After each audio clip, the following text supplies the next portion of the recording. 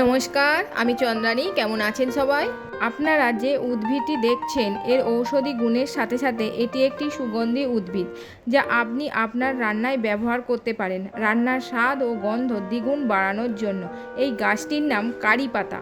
কারি পাতার মধ্যে vitamin A, C, iron, calcium, phosphorus, carbohydrate, protein, fibre এই সমস্ত পুষ্টি উপাদান থাকে। এখন জেনে নেব এর উপকারিতা। এতে আয়রন ও ভিটামিন সি থাকায় রক্তশূন্যতাজনিত সমস্যা অর্থাৎ অ্যানিমিয়া দূর হয়। এতে থাকা অ্যান্টিঅক্সিডেন্ট ও অ্যামিনো অ্যাসিড চুলের গোড়া মজবুত করে ও চুল পড়া রোধ করে। প্রথমেই বলেছিলাম এতে ভিটামিন এ থাকে, তাই এর পাতা চোখের জন্য ভালো। এতে পর্যাপ্ত ফাইবার থাকায় এই পাতা বদহজম, গ্যাস্ট্রিক ও কোষ্ঠকাঠিন্যর সমস্যা দূর করে। আবার লিভারের টক্সিন দূর করে লিভারকে ভালো রাখে। সেই সাথে রক্তের শর্করা নিয়ন্ত্রণে রাখে, যা ডায়াবেটিস রোগীদের জন্য উপকারী। এই পাতাকে রান্নায় ফোড়ন হিসাবে ব্যবহার করতে পারেন, অথবা এই পাতাকে শুকিয়ে স্যুপের সাথে খেতে পারেন। আবার সকালে খালি পেটে 5টি পাতা চিবিয়ে খেতে পারেন, সমান উপকার পাবেন।